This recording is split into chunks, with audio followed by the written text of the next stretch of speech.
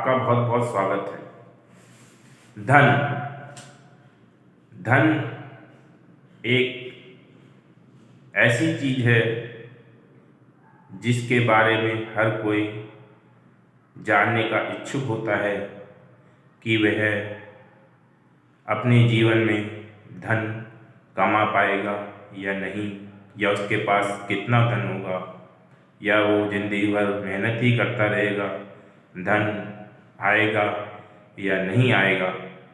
क्योंकि ये सृष्टि बिना अर्थ के, बिना धन के, बिना मनी के, बिना रुपए पैसे के स्थिर हो जाती है, चलती नहीं है।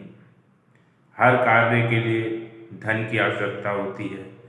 चाहे छोटी सी छोटी चीज आपको खरीदनी हो तो उसके लिए भी धन ही आपको खर्च करना पड़ेगा। यहाँ तक कि भोजन के लिए भी धन की आवश्यकता होती है। तो आप अपनी कुंडली से कैसे जान सकते हैं कि आपके पास धन होगा या आप मेहनत ही करते रह जाएंगे? आज के वीडियो में आपको यही बताऊं। तो आप अपनी कुंडली खोल लीजिए। अगर आपकी कुंडली का प्रथम भाव, जिसे लगन कहते हैं, उसमें अगर एक से ज़्यादा शुभ ग्रह बैठे हों, यानी कि कम से कम 2 होने चाहिए, 2 से ज़्यादा हो तो और भी अच्छा है। तो अगर आपके लगन यानी कि प्रथम भाव में 2 शुभ ग्रह विराजमान हैं तो ये धन का सूचक है, यानी कि आपके पास धन होगा। और शुभ ग्रह कौन से होते हैं ये आपको मैं बता देता हूँ, आप ऐसे जानते भी होंगे।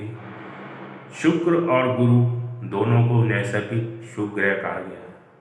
इसके अलावा बुध और चंद्रमा को भी शुभ ग्रह कहा जाता है। लेकिन बुध और चंद्रमा के साथ कंडीशन होती है। बुध अगर अकेला हो या शुभ ग्रह के साथ हो तभी उसे शुभ कहा जाता है। और चंद्रमा अगर शुक्ल पक्ष का है, जब आपका जन्म हुआ है उस समय चंद्रमा शुक्ल पक्ष में था या शुक्ल पक्ष का है, तब आपका चंद्रमा शुभ माना जाएगा। यानी कि इन 4 ग्रहों में से कोई भी 2 ग्रह आपके लगन में बैठे हैं या लगन पर दृष्टि डाल रहे हैं तो आपके लिए धन योग का ये निर्माण कर देते हैं। शुक्र, बुध और चंद्रमा, इनकी तो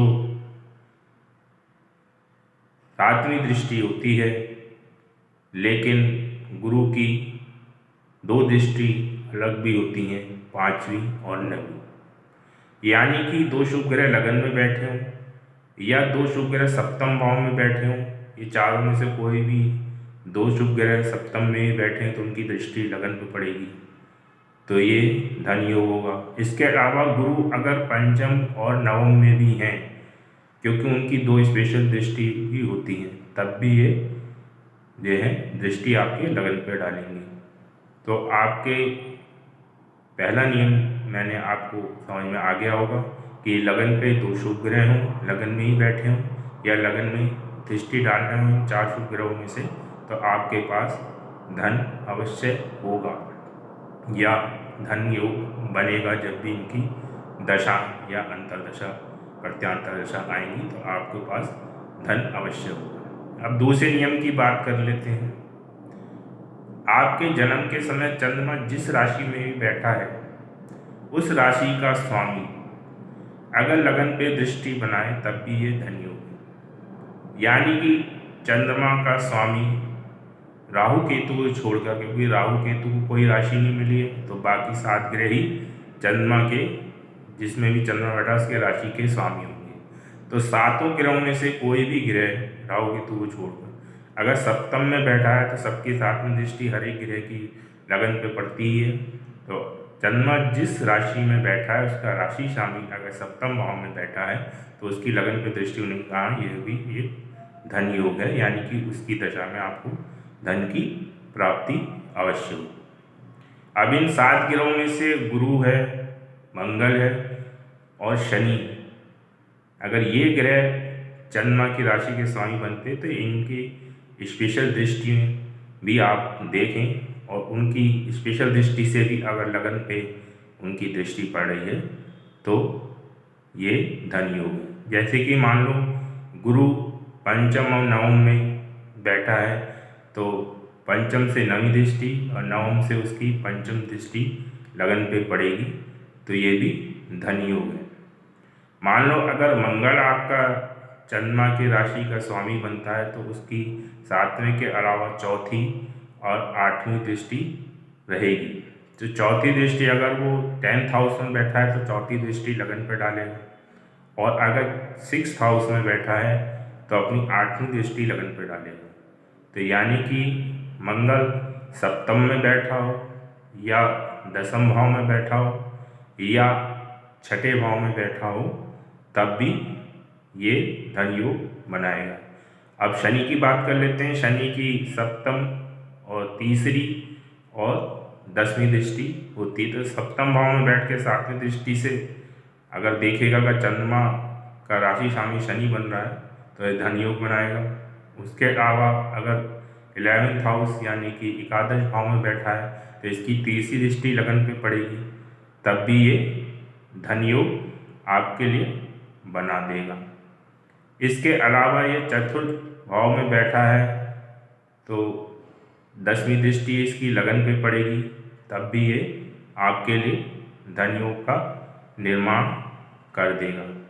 यानी कि ये कंडीशन मैंने आपको बताई दूसरे नियम में, यानी कि चंद्रमा जिस राशि में बैठा है उसका राशि स्वामी अगर लगन पे दृष्टि बनाता है तो ये भी धन योग है। अब तीसरा नियम की बात कर लेते हैं।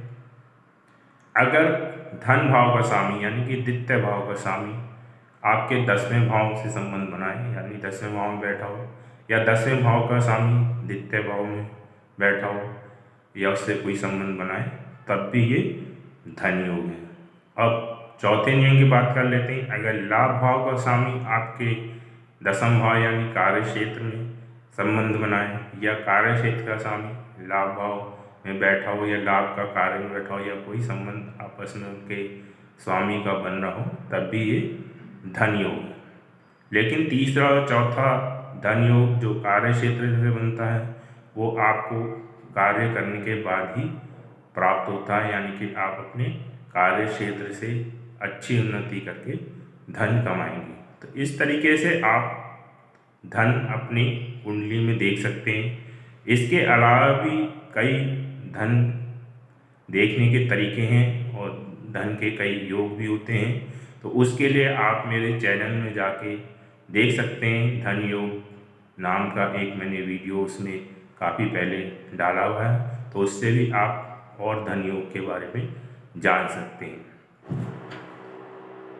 अगर अभी तक आपने मेरा चैनल सब्सक्राइब नहीं किया है तो प्लीज़ सब्सक्राइब कीजिएगा, और आपको वीडियो पसंद आई हो तो इस वीडियो को ज़्यादा से ज़्यादा शेयर कीजिएगा, लाइक कीजिएगा। इस वीडियो में इतना ही। धन्यवाद।